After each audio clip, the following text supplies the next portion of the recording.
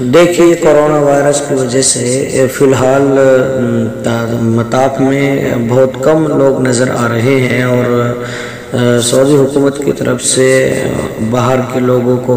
آنے کے لیے منع کر دیا۔ پلین فی الوقت بند ہیں، فلائٹ نہیں جا رہی ہیں، مگر دیکھیے اللہ تبارک و تعالیٰ کی قدرت کاملہ کا نظارہ کیجیے کہ اللہ تبارک و تعالیٰ نے کس طریقے سے پرندوں سے اپنے گھر کا طواف جاری رکھا ہے۔ بڑا روح پرور مناظر نظر آ رہا ہے کہ کبوتر طواف کر رہے ہیں، پرندے طواف کر رہے ہیں، رب کی ثنا خوانی کر رہے ہیں، اور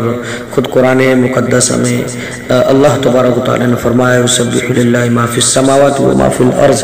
جو کچھ زمین و آسمان میں ہے وہ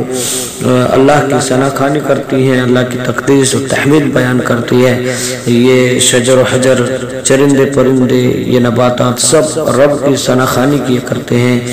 تو آج دیکھیے اللہ تبارک و تعالیٰ نے اگر بندے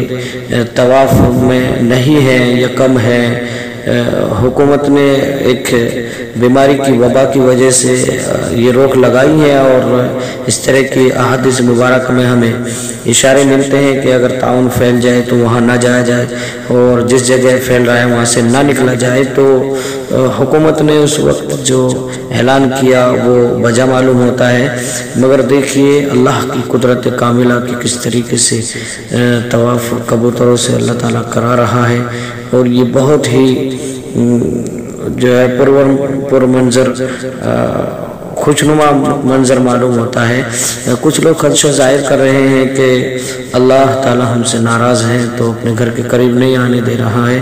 تو مگر دیکھیے اللہ تبارک و تعالیٰ پرندوں سے لے کر کے دنیا کو آگاہ کرنا چاہتا ہے لوگوں کو کہ دیکھیے تم رب کی طرف رجوع کرو، اللہ کی طرف آؤ، گناہ سے اپنے توبہ کرو۔ اللہ پرندوں سے بھی، میرا رب پرندوں سے بھی کام لے رہا ہے، اور یہ بہت ہی سبق آموز اس طرح کا منظر ہے۔